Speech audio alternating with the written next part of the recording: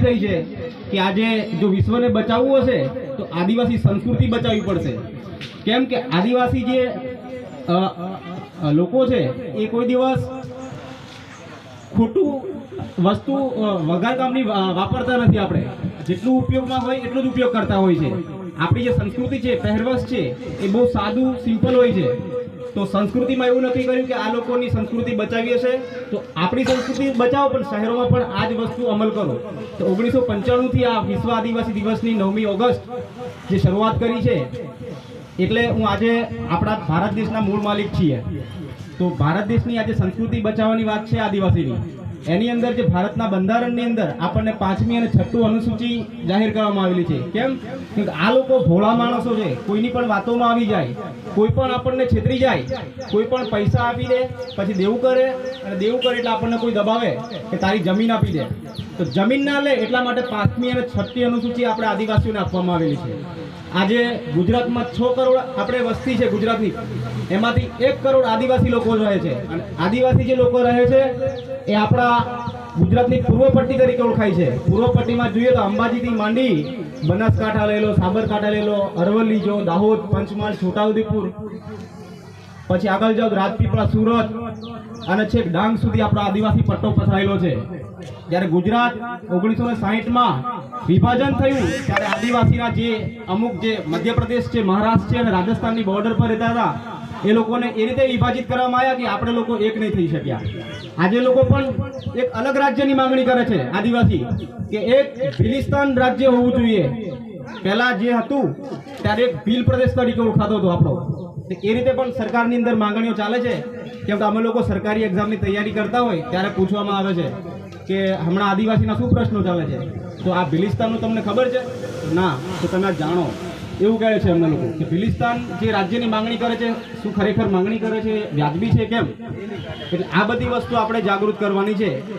આજે પંચમહાલની અંદર જે આપણો ગામની અંદર કર્યું છે, તો આપણે પંચમહાલના આદિવાસી વિશે વાત કરીશું। આજે રૂપસી નાયકની વાત કરી છે, જે જાંબુગઢના છે, જે આપણે બિરસા મુંડાની પણ વાત કરી। બિરસા મુંડા તો છે ઝારખંડના છે, છતાં બી આપણે ફોટો રાખીને ગૌરવ થાય છે કે નહીં આપણા બિરસા મુંડા આપણા માટે આઝાદી અપાઈ। પણ આપણને ખબર નથી કે આજે રૂપસી નાયક કોણ છે, જે 1967ની અંદર જે 57નો વિદ્રોહ થયો હતો એના 10 વર્ષ પછીની વાત છે। એ આખો વિદ્રોહ ચાલ્યો છે આઝાદી માટે, ત્યારે 1967ની અંદર આ લોકો આખો વિદ્રોહ કર્યો અંગ્રેજો સામે, અને જેમાં હીરભાઈ નાયક 150 જેટલા અંગ્રેજોને તલવારથી કાપી નાખ્યા હતા। અંગ્રેજો સામે લડ્યા અને આમની ધાક હતી આખા વિસ્તારમાં। દેવગઢ તે વખતે આપણા દેશી રજવાડાઓ હતા, દેવગઢ બારિયા છે, ચાંપાનેર છે, છોટાઉદેપુર છે, સંખેડા છે, નસવાડી, એવા દેશી રજવાડાઓ હતા। ત્યારે આ લોકો લડીને આપણા માટે લડ્યા છે, પણ આપણને ઇતિહાસ નથી ખબર। આપણે ઇતિહાસ જાણવાનો પ્રયત્ન કરીએ। આજે તીરકામઠું આપણે શું કરવા લીધું છે? આપણી જોડે સંસ્કૃતિ છે એટલા માટે, આપણા વડીલો આપણા પૂર્વજોએ લડી ગયા એટલા માટે। હવે આપણે તીરકામઠીની એટલી જરૂર નથી, પણ કેમ લીધું છે? કેમ કે આપણે સંસ્કૃતિ ટકાવી રાખવાની છે। એટલે હવે આપણે બોલપેન ઉઠાવવાનો વારો છે। બોલપેન ઉઠાવો, શિક્ષિત થાઓ અને આપણે ખૂબ આગળ વધીએ।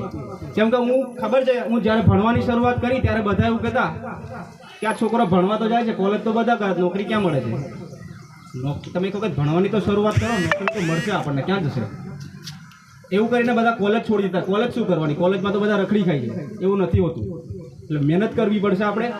આજે હું નોકરીના મારા 5 વર્ષ થયા છતાં મને એટલી ભણવાની ઈચ્છા છે કે હું પાછો એડમિશન લીધું છું કોલેજમાં। મારી નોકરી બી ચાલુ છે અને કોલેજમાં એડમિશન બી ચાલુ કર્યું છે MS યુનિવર્સિટીમાં। એટલે સૌથી ગૌરવ થાય છે, ખૂબ આગળ વધો।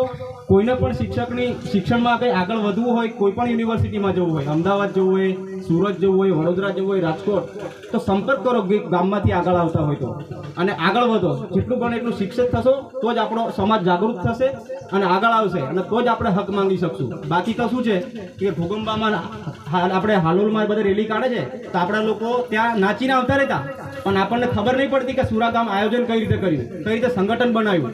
એટલા માટે આપણે ગામમાંથી શરૂઆત કરી છે અને આપણું ગામ ખૂબ આગળ આવે એવી બધાને શુભકામનાઓ અને મારી વાણીને વિરમા આપું છું। જય જવાહર।